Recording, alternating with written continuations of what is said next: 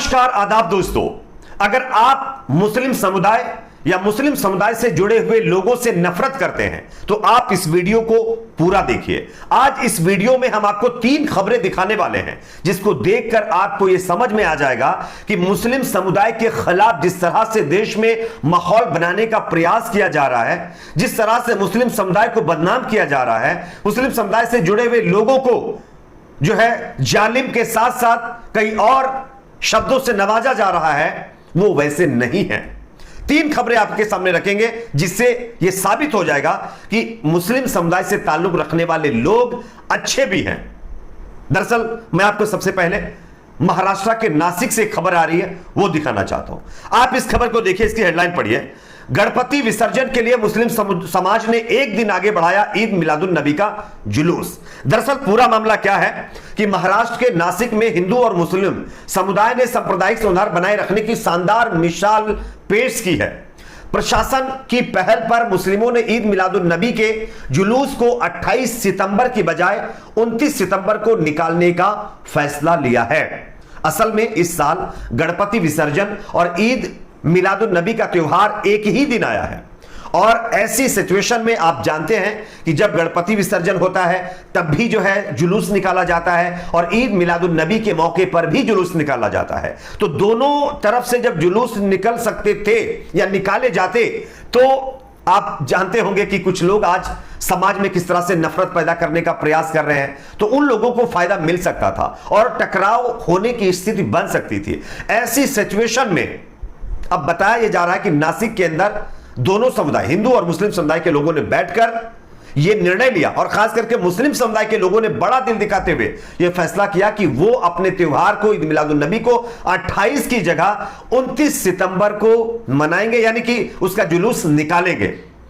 गणपति उत्सव जो है आप जानते होंगे हिंदू भाइयों का त्योहार है और ईद मिलादुन नबी मुस्लिम भाइयों का त्योहार है और नासिक में इन दोनों त्योहारों का जुलूस निकालने का दिन नहीं था, यानी दूसरे दिन नहीं निकाल सकते थे, एक ही दिन दोनों की जुलूस निकल लेते। 2 त्योहारों के एक साथ पड़ने और दोनों में जुलूस निकालने से प्रशासन के सामने एक बहुत बड़ा संकट खड़ा हो गया था। ऐसे में पुलिस आयुक्त अंकुश शिंदे की मौजूदगी में दोनों समुदायों के लोगों की एक संयुक्त बैठक हुई। इस बैठक के बाद मुस्लिम समुदाय ने हिंदू समुदाय के साथ खड़े होकर नासिक को हिंदू मुस्लिम एकता के साथ आगे बढ़ाने का काम किया और मुस्लिम भाइयों ने अपने जुलूस को एक दिन डिले करके जो मतलब जो है गणपति उत्सव होता है उसको मनाने के लिए मतलब जो है एक तरह से मौका दिया कि आप अपना जुलूस निकालिए, हम ईद मिलादुन नबी का जो जुलूस है वो एक दिन बाद निकाल लेंगे। ये अपने आप में बहुत बड़ी खबर है दोस्तों, और उन लोगों के मुंह पर जोरदार तमाचे वाली भी खबर है जो समाज में अपनी राजनीतिक रोटियां सेकने के लिए, अपने फायदे के लिए नफरत फैलाते हैं। इतना ही नहीं, जो दूसरी खबर हम आपको दिखाने वाले हैं वो भी इसी से जुड़ी हुई है। आप देखिए यहां पर एक 8 साल के मुस्लिम बच्चे ने हजारों लोगों की जान बचाई है। कल बताया जा रहा कि पश्चिम बंगाल के पास कंचनजंगा एक्सप्रेस ट्रेन के सैकड़ों लोगों की जान उस वक्त बची जब जिस ट्रैक पर यह ट्रेन दौड़ रही थी उस ट्रैक की पटरियां एक दूसरे से स्थानांतरित हो गई थी और उसी दौरान एक मुरसलीन शेख नाम के बच्चे ने इस बड़े हादसे को रोका है। मैं आपको दिखाना भी चाहता हूं, यह ट्वीट आप देख सकते हैं, काशिफ अरसलान की तरफ से किया गया। इसमें लिखा गया है 8 साल के मुस्लिम बच्चे ने बचाई हजारों लोगों की जान। मुरसलीन शेख 8 ने मालदा पश्चिम बंगाल के पास कंचनजंगा एक्सप्रेस ट्रेन के सैकड़ों लोगों की जान बचाई। जब उन्होंने यानी मुरसलीन ने देखा कि अप लाइन के कुछ हिस्से स्थानांतरित हो गए थे, उसने अपना लाल दुपट्टा निकालकर शायद ट्रैक पर वो खड़ा हो गया और पायलट को उसने संकेत दिया कि कुछ गड़बड़ है।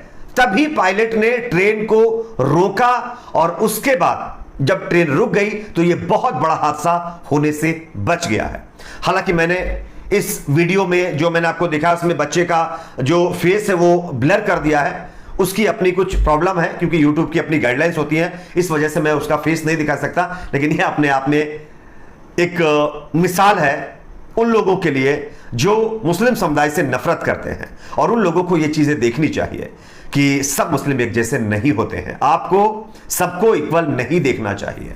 हर समाज में, हर धर्म में कुछ लोग ऐसे होते हैं जो उत्पाती होते हैं, कुछ लोग ऐसे होते हैं जो मतलब ऐसे काम करते हैं जिससे धर्म का नाम बदनाम होता है, लेकिन किसी एक व्यक्ति की वजह से पूरे समाज पर आरोप लगाना गलत होता है। ऐसा मतलब जो है उन लोगों को सोचना चाहिए जो समाज में नफरत फैलाते हैं। खैर, अब बात करेंगे अगली खबर की, वो भी दोस्तों इसी से जुड़ी हुई है। दरअसल आप जानते होंगे कि बॉलीवुड में बड़ी बड़ी हस्तियां हैं, बड़े बड़े नाम हैं, और लेकिन काम बड़े बड़े नहीं हैं।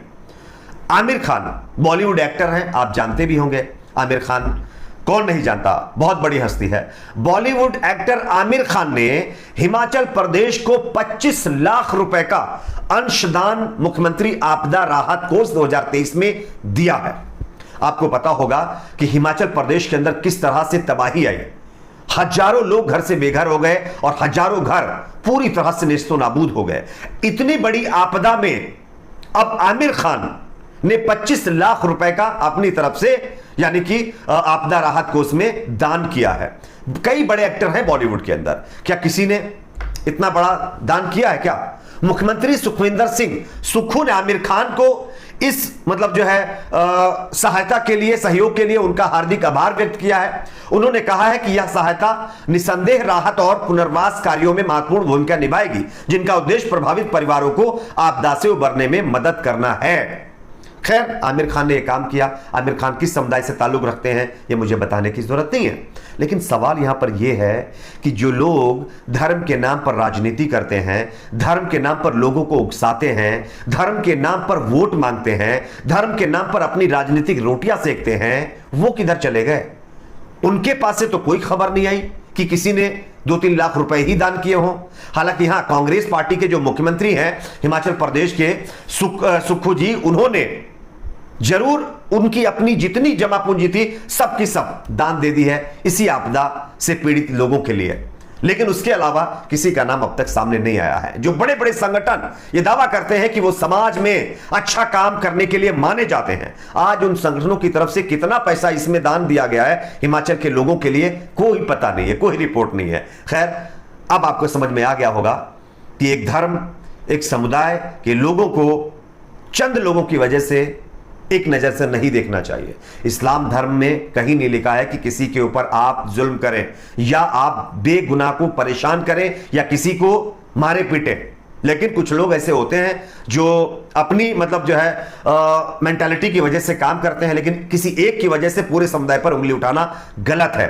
और आप देख सकते हैं ये 3 खबरें मैंने आपको दिखा दी हैं, जिसको देखकर आपको समझ में आ गया होगा कि इस्लाम और उससे जुड़े हुए लोग कितने अच्छे होते हैं।